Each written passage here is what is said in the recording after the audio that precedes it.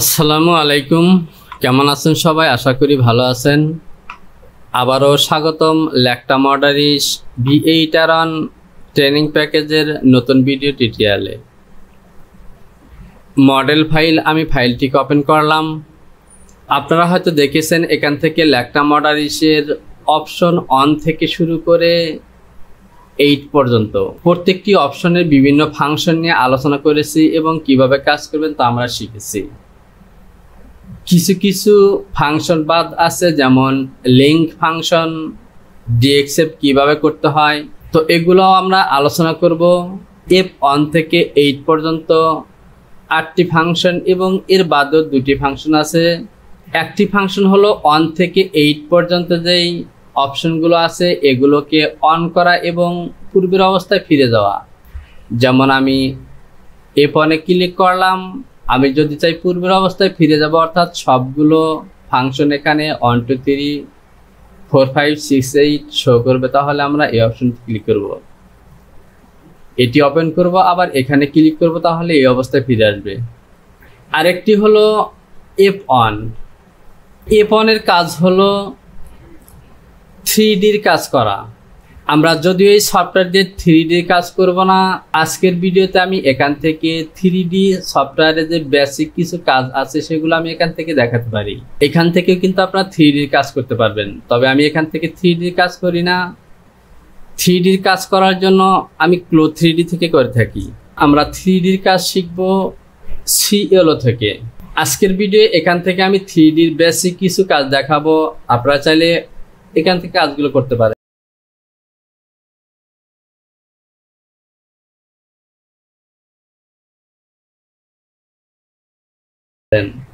তো আপনি যদি এখান থেকে 3D কাজ করতে চান তাহলে আপনাকে প্রথমে এখান থেকে একটি মডেল ওপেন করতে হবে।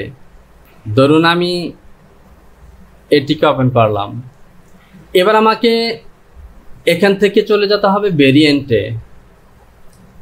আমি F8 থেকে ভেরিয়েন্ট সিলেকশন করব।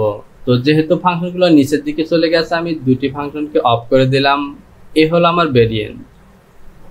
ভেরিয়েন্টে ক্লিক করার পর এখান থেকে এই ভেরিয়েন্ট ফাইলের মধ্যে ক্লিক করব। এরপর দেখতে পাচ্ছেন এখান থেকে আমার 4টি পিস দেওয়া আছে, ফন্ট, ব্যাক, স্লিপ এবং নেক। এখান থেকে আপনারা পিসের নামগুলো দিয়ে নেবেন, বা না দিলেও সেটা সমস্যা নেই। এখান থেকে যে কাজগুলো করতে হবে তা হলো, এখান থেকে দেখতে পাচ্ছেন আমি পিসগুলোকে সিলেকশন করেছি, অর্থাৎ কাট সিলেকশন করা। ফ্রন্ট পার্ট 1টি, ব্যাক পার্ট 1টি এবং স্লিপ হলো 2টি। তো 2টি সিলেকশন করতে এখানে 0 এবং এ পাশে অন দিতে হবে, আর নেক অন।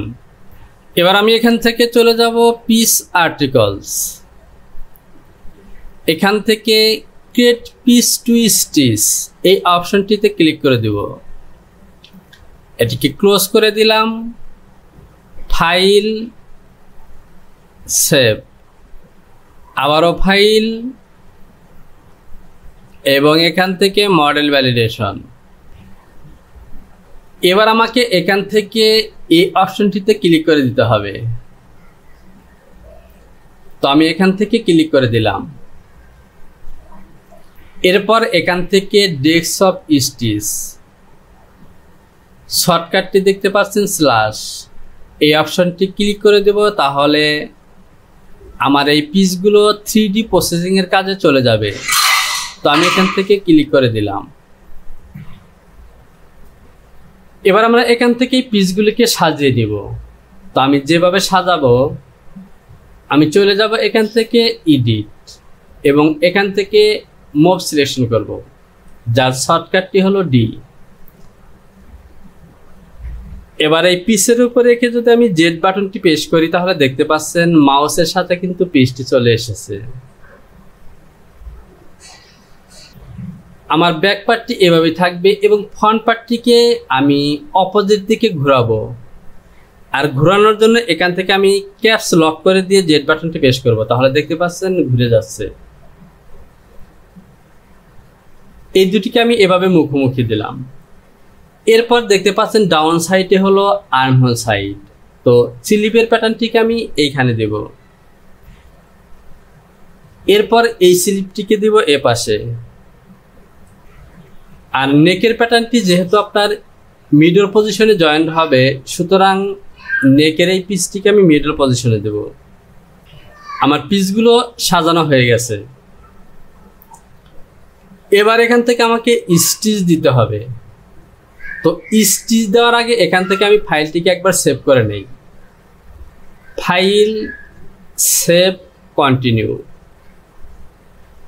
এতে যে কাজটি হবে, আমি পুনরায় যে পর্যন্ত কাজ করেছি সেখান থেকে ওপেন করতে পারবো।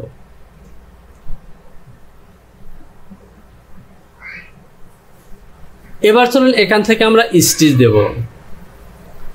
আমরা চলে যাব স্টিচ।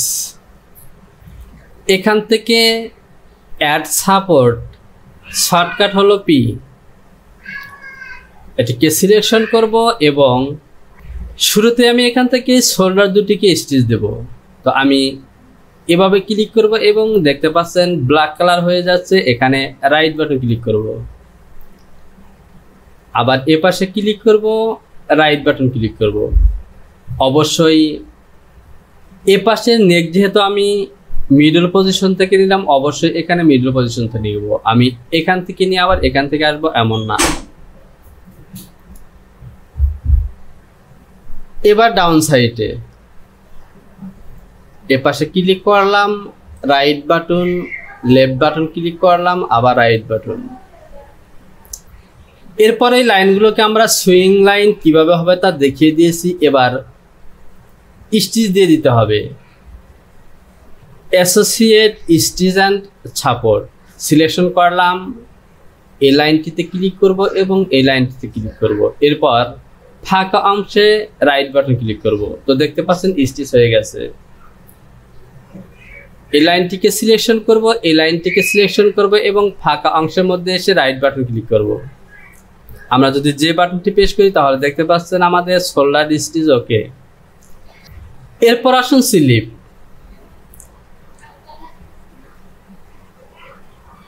আমরা একইভাবে স্টিচ, এখান থেকে অ্যাড সাপোর্ট, রাইট বাটন। যেহেতু এখানে আমরা ডাউন সাইড থেকে দিয়েছি, এখানে আমরা দিব ডাউন সাইড থেকে, রাইট বাটন। এখান থেকে দিব রাইট বাটন, আবার লেফট বাটন ক্লিক করে এভাবে right button. Stitch, associate stitch and support, এ লাইনে ক্লিক করলাম, এ লাইনে ক্লিক করলাম এবং ফাঁকা অংশে রাইট। এ লাইনে ক্লিক করলাম, এখানে ক্লিক করলাম এবং ফাঁকা অংশে রাইট। একইভাবে এ পাশেও স্টিচ, অ্যাড সাপোর্ট, এখান থেকে ক্লিক করলাম, এখানে রাইট বাটন, এখানে লেফট ক্লিক করলাম, এখানে রাইট বাটন। একইভাবে এখানে লেফট। তো দেখতে পাচ্ছেন এখানে কিন্তু পুরো এই সাইড দিয়ে চলে এসেছে। অবশ্যই এই পয়েন্টের টপ পজিশনে ক্লিক লেগেছে এভাবে, এজন্য এরকম হয়েছে। আমি এখান থেকে কন্ট্রোল জেড চেপে পিছনে আসলাম, অথবা ফাঁকা অংশে ক্লিক করে দিলাম। এ পাশে ক্লিক করব। এবার কিন্তু এদিকে আসছে, রাইট বাটন, এখানে ক্লিক করব এবং রাইট বাটন। স্টিচ, অ্যাসোসিয়েট, এখানে ক্লিক করলাম, এখানে ক্লিক করলাম, রাইট। এ লাইনে ক্লিক করলাম, এ লাইনে ক্লিক করলাম, রাইট। একইভাবে সাইড লাইনের স্টিচগুলো আমরা দিয়ে দিব। স্টিচ, অ্যাড সাপোর্ট, রাইট, এখানে লেফট এবং এখানে রাইট। এখানে রাইট বাটন এবং শুরুতে লেফট বাটন ক্লিক করে এরপর right button. Associate stitch and support, এ লাইনে ক্লিক করলাম, এই লাইনটি জয়েন হবে ঠিক এই লাইনের সাথে, ফাঁকা অংশে রাইট। এই লাইনটি জয়েন হবে এখানে, ফাঁকা অংশে রাইট।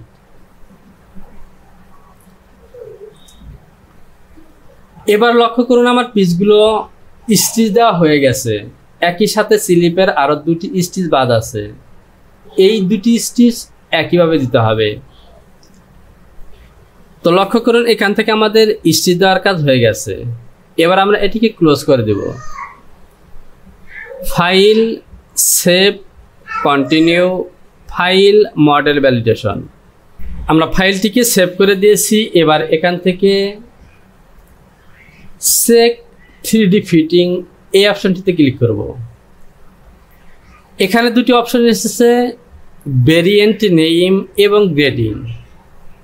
এখান থেকে আমি এই যে ভেরিয়েন্ট ফাইল দেখতে পাচ্ছেন এখানে ক্লিক করব। তো আমরা একটু অপেক্ষা করি, আমাদের 3D অপশনে নিয়ে যাবে।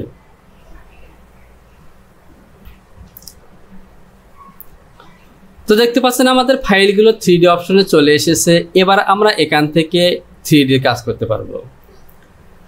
তো প্রিয় ব্যাপার, আমি 3D কাজ এই সফটওয়্যার দিয়ে করি না, আমি 3D কাজ করব সিওলো দিয়ে। তো সিওলো 3D দিয়ে কীভাবে 3D কাজ করবেন সে কাজগুলো অবশ্যই ভিডিও পেয়ে যাবেন। এই ল্যাকটা সফটওয়্যারের মাধ্যমে প্যাটার্ন তৈরি করে সেগুলোকে কীভাবে ক্লো 3D দিয়ে 3D ফিটিং করবেন তা আপনারা দেখতে পারবেন। তো প্রিয় ব্যাপার, আজকের ভিডিওটিকে আমি এখানে শেষ করব। ভিডিওতে লাইক করুন, কমেন্টস করুন এবং বন্ধুদের কাছে শেয়ার করুন। শীঘ্রই চলে আসবো পরবর্তী টিউটোরিয়াল নিয়ে। সে পর্যন্ত ভালো থাকুন। আল্লাহ হাফেজ।